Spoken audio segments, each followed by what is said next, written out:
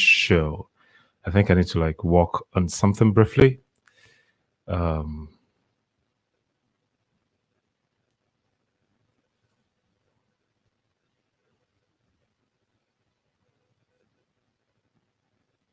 Edit.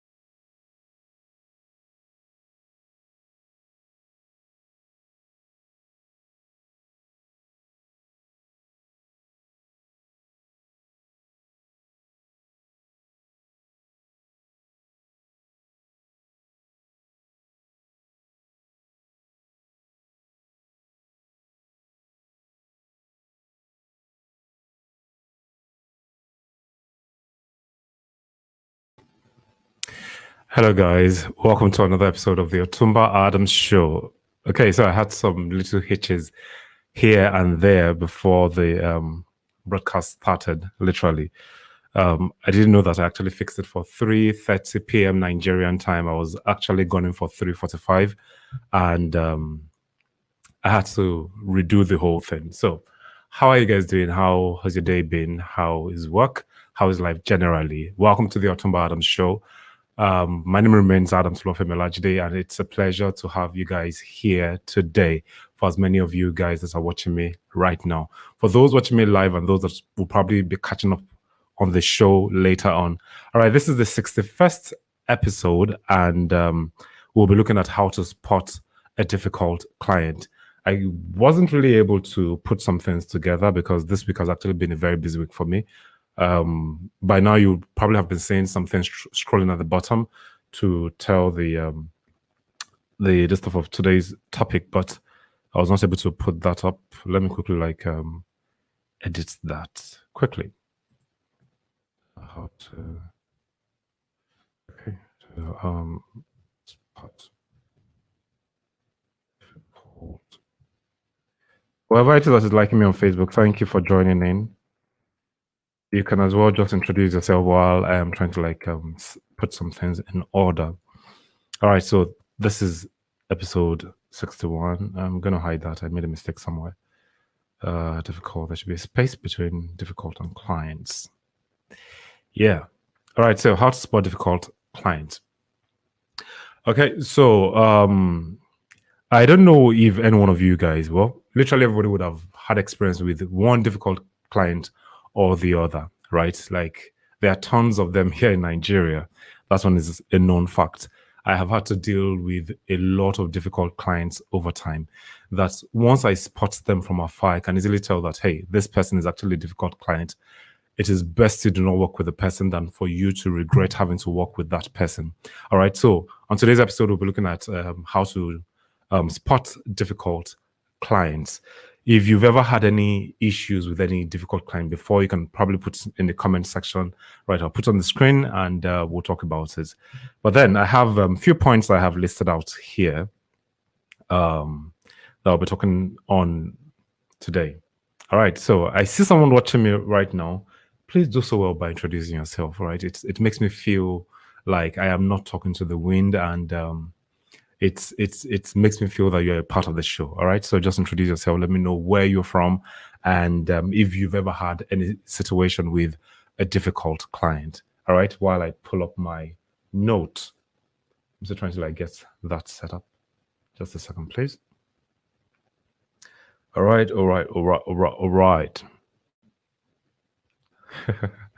don't know why people are always shy to introduce themselves. Anyway, as I was saying, okay, so one of the ways you can actually find, or you can easily tell that a client or a potential client will be difficult, is that they are always looking for the cheapest prices. Yeah, I understand the fact that it's normal for people to bid down price. Yeah, you're trying to bargain the price so that you can have a great price for yourself. But when someone is trying to or starts to overdo the bargaining thing, trying to beat it down to the barest minimum, even lesser than the amount that you probably got the product or what the product is worth, right? Then it should give you a sign that that particular client is going to be a difficult client. All right. And put us up on the screen. They are always looking for the cheapest prices. I've had to deal with some of them in the past whereby they come to me and then I tell them my price. Okay, this is the price I use or I do my animation for. And then the next thing they will not start saying that can't it take 10,000 naira? And I'm like, 10,000 naira for what? Seriously. Seriously, 10,000 naira for what? Okay, is it the price that I would use in going to the studio to record, or the studio session I'm going to pay for, or is it the what's the word now? The softwares that I have to use for the animation that I always subscribe for that would make me accept 10,000 naira from a client? Doesn't make sense now. No. My price is way beyond that point. And even for me personally, I feel that the amount I charge in Nigeria is not even enough, right? But now someone now telling me that okay, would you take a certain amount of money? It doesn't make any sense at all, right? So run from those kind of clients, those ones that they just want to get, they literally want it for free, literally. Those type of clients, please run away from them. Hello, Mrs. Oladune Fagbote. Nice to have you on the show today. How is Bros? It's good to have you. How are the kids? All right. So the first part is they're always looking for the cheapest prices. All right. The second one I have on my list is now this one. It can really be annoying. Very, very, very annoying. Right. They pay in tidbits. Pay late, or they do not pay at all. I don't know if you've ever had to deal with those kind of clients before, but it can actually be annoying. Say, for instance, someone comes to buy something from you, and then the next thing they tell you that, okay, I'm going to pay later. There's something wrong with my ATM, or I do not have enough cash on me, or customer, you know me now, you know that I would always come around. And then you give them the price with the hope that they're going to pay you. And then the next thing, you have to start begging them to pay back your money. It can really, really be frustrating. It can really, really extremely be annoying, because as much as you need customers in your business, you also do not need the type of customers that would want to make your business go down the drain. And this type of people, they can really, really be annoying, extremely be annoying. All right. It's crazy. If you spot this type of clients, please run away from them, because they would make your business miserable. as it were. Like they would frustrate you, right? And if you are one of those people that love to owe people, please desist from it. It can actually be annoying, right? When you are expecting your client to pay you, and then the next thing they start giving you stories that touch, and you never bargained for that. And they promised heaven and hell that they're going to pay you. And then the next thing, they'll probably say, okay, I have 5 naira today. I know my money remains 5,000 naira, but still take for now. And then like after 2 months, they come again. Okay, take this 100 naira. Like, it does not make sense. You guys are making things difficult for we entrepreneurs. And I am here to boldly tell every entrepreneur right now, if you spot such clients, please move away from them. Yes, I know that like you have to sell, but it is not worth it. It is not worth it at all. All right, so that's number 2. Number 3 on my list is, let me quickly copy that and paste it on the screen. Number 3. Okay. They talk bad about other vendors. Like, now there's some clients that they'll come to you and then like they might have had a bad experience with another vendor in the past. That happens, right? But when someone starts to say ill or to say bad things about other vendors, other business providers, then you should know at that point in time that like this particular client will be a troublesome client at some point. Because yes, you guys might be smiling today, but believe me, tomorrow when the thing enters that particular client's head, you will be the talk of the town soon enough, right? So please try as much as possible to desist from such clients. It can really, really be annoying having to work with them or doing business with them, because nothing you do would make them satisfied. Nothing at all. Because as you're working with them, as you're trying to please them, they're telling someone else about the things that you are doing that they do not like, which may not even have been your fault, which may not even be true, but they just want to say bad things about you so that the other new client would feel that like, oh, they've had bad experiences with other clients. Let me be the good client to this particular person. So please make sure to note those kind of clients, right? Once they start complaining about other vendors, like this person will give me wahala. Let me just stay off. All right. So that's number 3 on my list. Number 4 on my list is, drum roll, please. Grrr. I'm trying to like put this up on the screen. All right. Number 4 on my list is they demand more than their money's worth. They demand more than their money's worth. Now, if you are the type of client that renders service, let's say, for instance, you are into logo design. Okay, no, let me not even use people, clients that are into logo design. For myself, that creates explainer videos for businesses, I have had to deal with clients that they don't have the money, right? Like they cannot afford my service. Now, when I still decide to, okay, I give you at a discounted price, right? They now start making demands, like things that their money cannot cover. I want this thing to somersault at this point. I want this thing to go 360. And I'm like, whoa, hold up. Which kind of thing be this now? Like, where did I get you from? Those type of clients, they can really be annoying. If you have ever worked with a client that has the money, that is cool, like they don't give you stress. They do not. But these ones, no. Like they would want to frustrate your life. They definitely would want to frustrate your life. Hello, Oluwatoyin Sunday. Good afternoon to you too from Ogun State. Thank you for being a part of the show. All right, like this clients would definitely want to frustrate your life, because it's especially for those of them that create. I've seen one meme before, like a logo, like a client that wants a logo, right? Now they said rich client, just create something simple. You now see Nike logo, something of that nature. And then like the poor ones that want everything in the world, they will tell you that like, I want a logo that has a jet in it. And then inside that jet should be wearing sneakers. And then inside there should be all the 5 governors inside. Like, dude, your money cannot carry what you're trying to do. If you spot those clients, I am telling you, run from them, because they can frustrate you, and they will frustrate you legitimately. For real. Seriously. So please run away from those type of clients. All right. So number 5 on my list is, let me put up on the screen. Number 5 on the list. 5.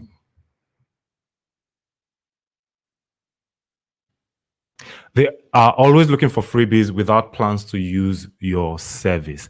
Have you ever had anyone come to you just to pick your brain?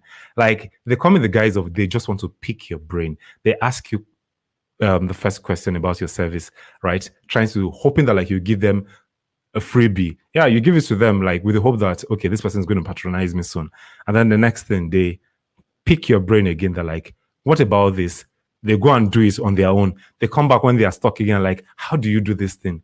If you spot those kind of people, please, those kind of people are, in short, this one might not even patronize you on the long run. Like, they're even worse. They might not patronize you on the long run. They are always looking for ways to pick your brain. Once you spot those people, right, know the limits or the amount of information you can give out for free. After that point in time, please do not go beyond that point. Do not go beyond that point because you would only be doing yourself a great disservice and they would have picked your brain and picked every single thing. In short, they are probably not even coming to you alone. They're coming to that person, this person, and every other person that they can get to because they do not want to pay for that service. Those kind of people, please just move away from them. And if you do that, especially for those of you that during the time that I used to teach importation from China, right? Like I had people that would just come to me, come to my DM, and they just want to like, how do you do this thing? How do you like? Hello, I have a class I'm teaching. If you want proper information, pay for the class. Do not come and pick my brain. I don't want anybody to come and pick my brain. Those are the type of people, legit, they are difficult. Hello, Jason Blake. It's great to have you. It's really great to have you, JB. All right. Moving on to number 6. Okay, let me quickly talk about JB. JB is one of the entrepreneurs I met in an underdog group. He's a fantastic coach. He has coached in, I think he was one of the assistant coaches in Arsenal. I'm not sure, I can't really remember. JB, please forgive me if I have made a mistake. Anyway, JB is a fantastic man I have met for some months now, and it's always lovely to be in the same Zoom meeting with him and listen to him talk. All right, so moving on to number 6 right now. Number six.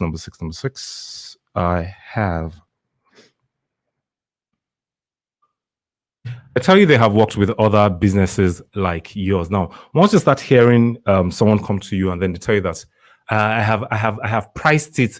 I have gone to this vendor. I have priced this. This is the amount that like I cannot pay for this amount that you are telling.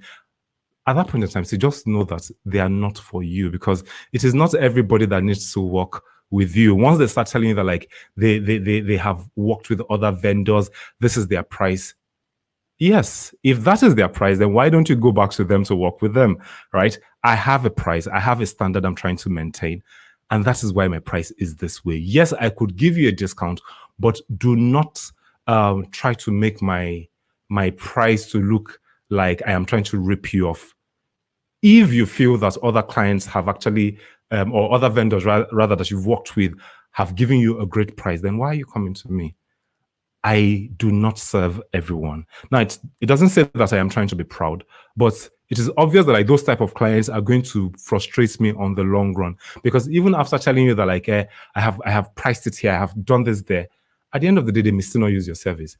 At the end of the day, you might even have given them freebies, and then they still would not be satisfied with what you've done with them. So at that point in time, see, maintain your standard, right? As long as you are giving quality, I am not talking about. I am not talking to those people that they have high prices and then like they deliver crap. No, I am not talking to those people. As long as you have you deliver great service and you have a standard price, please stick to it because sometimes it is really not worth it trying to bring down your price for the sake of a difficult client. It is really, really not worth it. Really. Yeah, yes. Thank you very much, JB. Thank you. All right, so moving on to number 6. I have limited time here because I have something to do very, very soon. Sorry, moving on to number 7, not number 6. Number 7 on the list. Okay. Just a moment, please.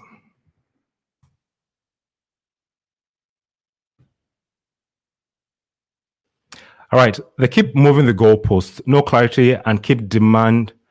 Okay, I think I made a mistake.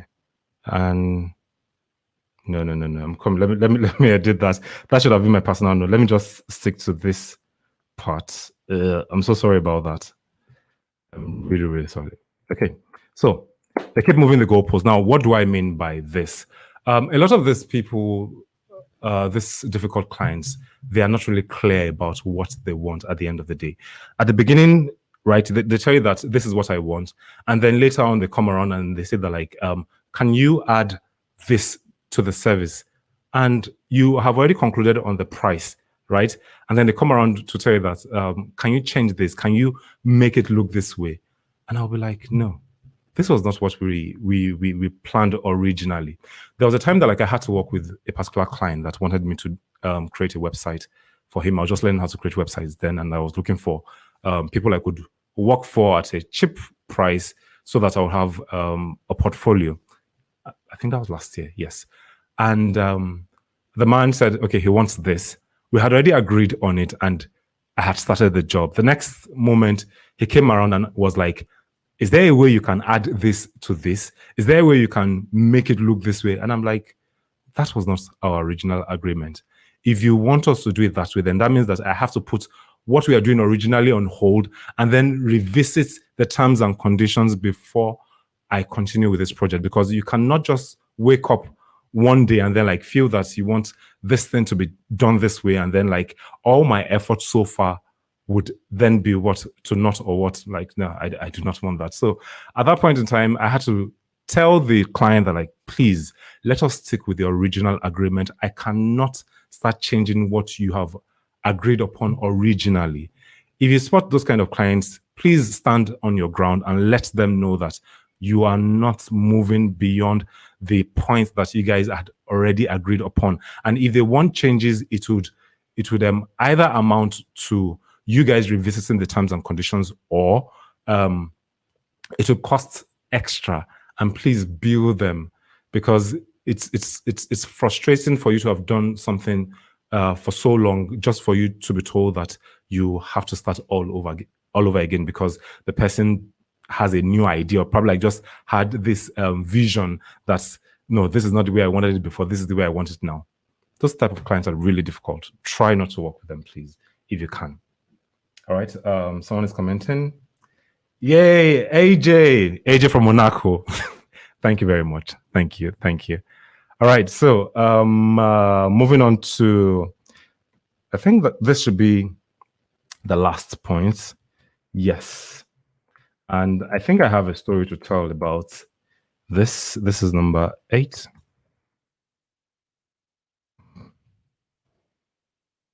Talk really to you or your staffs. All right, now I have had a situation whereby a client talked rudely to me. Like, I had started the job. I didn't even collect money from the very beginning.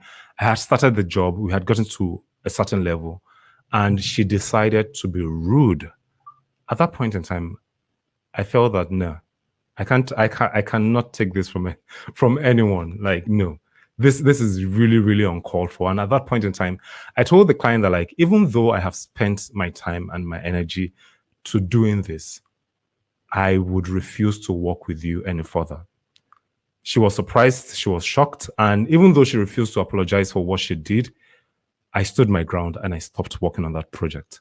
Because those type of clients, they would always feel that they can talk to you the way they want to, and they can always get away with it. I respect everyone. Like, I respect all my clients. I try to see them as family. But when you begin to feel you are on top of the world and you can talk to anyone in any way you can, or you feel you should, at that point in time, I'll tell you, no, you can't work with me. I have the type of clients I work with. And if you're going to be rude, you can never get to work with me. And for you also out there, if you spot this type of clients, it's up to you. If you want to work with them, all well and good. But for me, I can't work with a rude client. If I notice that like you are being rude, if it is for me to refund your money back to you, I am going to do that. But I would never work with you. Never. Because at the end of the day, I would be frustrated, and you as the client will feel that you've had your way. And I can't take that. No, never. I cannot. Engineer Emmanuel Babalola, thank you for being a part of the show. All right, so on this note, I have come to the end of the class. I only had 8 points to talk about, and it's been a pleasure having you guys here, staying to the end. And if you feel that you've actually had any experience with a difficult client, you can as well just put it in the comment section. If you're watching from Facebook or YouTube, put it in the comment section, and we can easily chat about that. Or if you have any question to ask me, please come into my DM on Facebook Messenger, or on, I think, on YouTube. Yeah, my email is there. Reach out to me and I would answer your question. All right. Thank you, JB. Thank you very much. Thank you. All right. So on this note, I have come to the end of today's episode. Right. This is the 61st episode. And as I said earlier, I'm going to 100 episodes this year. I have 39 left. And thank you all for sticking around and believing in me. I appreciate you guys, and see you again this weekend. Peace out.